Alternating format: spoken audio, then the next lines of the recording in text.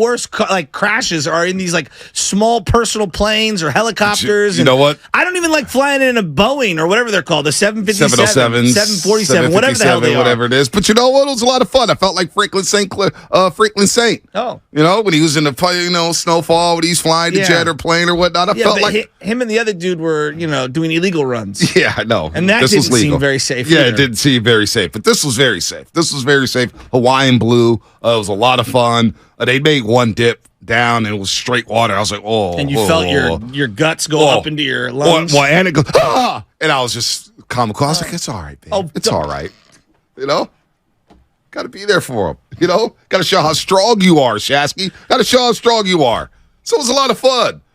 Got to read my Bill Walsh book on leadership and communication, and it got me thinking about Draymond Green and leadership and all the chirping You're there. Glowing right now. Keep going. I love it. You're glowing. I'm not unloading at all. I mean, after your multiple presentation spot on the Steph Curry doc, if I was you, I'd be floating too.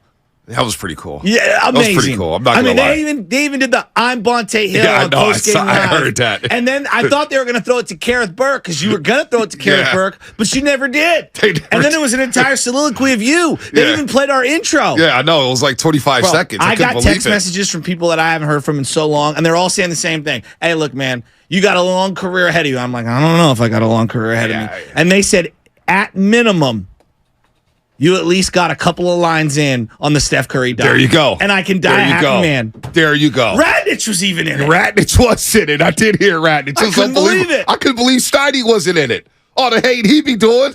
It would have been perfect for that documentary. Why's that? Because he's always hating on Steph. Well, they didn't really dive into the doc was, look, it was very well done. I enjoyed the absolute hell out of it.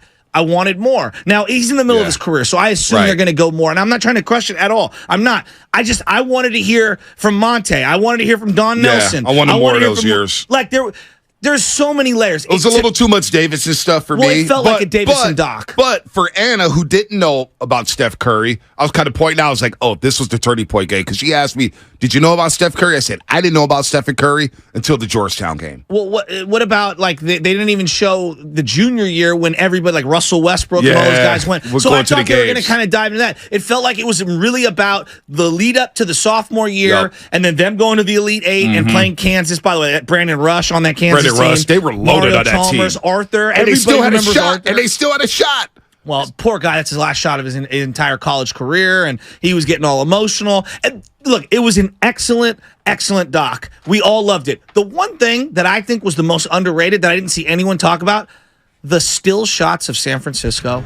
Yeah, they were absolutely iconic. Amazing. They were great. To go to Gay Bridge, it made the city look gorgeous. The stadium popped. The cable car coming in, and you hear our intro, 95-7 the game. And then you hear me talking. Yeah. It was amazing. Cool. And then Canyon stole the show. Canyon did start the show. Look, if you're going to do a doc, to me, you've got to kind of dive a little bit into the family angle. And I know they showed the kids and stuff, and I wanted to see, where did him and Aisha meet? That's a big part of his life. If you follow Steph Curry on social media, it's sports, obviously basketball and golf, and then it's also his family. That's funny. The last time I was on my computer was watching the Steph doc, and it's right there on my computer. That's shows you how checked out I was last week. No, it was. Look, I don't want I don't want it to sound like I'm hating it all. No, it's constructive criticism. It felt more like a sophomore year of Davidson climax than it was anything else. They kind of brushed over the playoffs. Well, I wanted to see the first 4 years of the Golden State Warriors career. Absolutely. With the ankle injuries, the turmoil with Monte Ellis or whatnot. I can't play with him. There's a lot there. And then they glossed over all the leg injuries, even though they showed them. You know what, though? All that's missing, all they're going to do is resurface it. And they're going to have another Steph Curry doc, or they'll have another angle to 30 for 30 or something about Steph. This is the first of many movies about Steph and Curry. So I will say this Andre Ward documentary was really good, too, and your boy had a cameo on that. Can you believe that? You did? Well, I didn't say anything. Andre Ward was walking out of Oracle Arena after one of his fights. And cameo. And it's me and another journalist. I'm like, wait a minute. And it was a young Ponte Hill with this journalist walking behind Andre Ward. Flannel? No, it was a button-up. Black button-up. Wow. Yeah, black button-up. Yeah, black button-up. I was like, damn, that was pretty cool. The Steph doc was cool because a lot of people, before I even watched it, I told you a couple weeks ago, I was like, I heard we were in the Steph Curry doc. Well, we're in the main, trailer. And that'll live forever. What trailer? Like they did a trailer. There's a 2-minute trailer, and we're in it. Really? Yes. Wow. It's us, and they're showing the Boston part. It was amazing. Well, my dad called me because, you guys are talking about the Celtics, and you know what? You weren't ripping them. You was riding for the Warriors. You was riding. I was like, well, Dad, I was a little shook after Game 3. I'm not going to lie to you. I made it. But I got to say, when Bully came on the show right before Game 4 that day, he got everybody's confidence up. The roast was rolling. We were rolling. I start walking out in the city of Boston saying, hey, Celtic fans, you know you're losing, right? You're losing today. You're losing. What's that Laker fan saying over there? He was saying it was actually the guru speech, not the Mullen thing. But I can live It was with not both. the guru speech. It was not the guru speech. Take the Celtics ass. It was Chris. I'm tired of getting pushed around. It was Chris Mullin for 30 minutes on that Friday before Game 4 who calmed the waters down. Because he came on the show and he said, you know what he said? He goes, good morning, Shasky. Good morning, Bonte. Good morning, Roasters. Remember how he set the tone? I do remember. And he set the tone for the day. And it was like Steph Curry's going out there to drop 43. That was pretty cool. They're too fast. They're too athletic. I was like, damn. I was kind of going too in on them. It was cool, man. I'll stand by where we were at. We were down 2-1. They got manhandled in that Game 3. I was there. It was ugly. It was Seeing ugly. Jaylen Brown scream at the crowd like that. I mean, it was bad. I think people have forgotten. Like Dre was rattled. Well, No one wants to go back and remember that. Now, he was very good at times in that series. I'm not pretending like he was, but in that particular game, he was rattled. Well, I don't think he was the only one. yeah, no, he wasn't. Jay LaFrey, I'll take credit for this. I He goes, also- Jay LaFrey, they made it look like Bonte brought Steph out of his shooting slump after Steph watched him. Hey, I'll take credit for that. Well, actually, the first couple minutes, the number one takeaway, the early in the doc, was when Kevin Durant meets him in Yes. New York, and it's 5 minutes in, and I wrote this down on my notepad, and it said, he turned to whoever that other guy was and said, that is the most misunderstood man in the entire league. Yeah. And I was thinking, damn. And it's interesting. Like the relationship between Kevin Durant and Steph Curry seems very genuine. I don't understand why was it because of outside influences? Like I still don't get why they broke up. Well, Kevin Durant just didn't feel like he was part of the culture. And part of that is Draymond Green. Part of that is Draymond Green calling him out his name, the same name that got Draymond Green upset against Jordan Poole. And Kevin Durant, after a while, he talked about Clay being late for practice or Clay doing his own thing and this and that. And he was just like, I want to work. That's why he did the shooting drills with Steph and Curry. He's like, I want to work. I want to get better and better and better.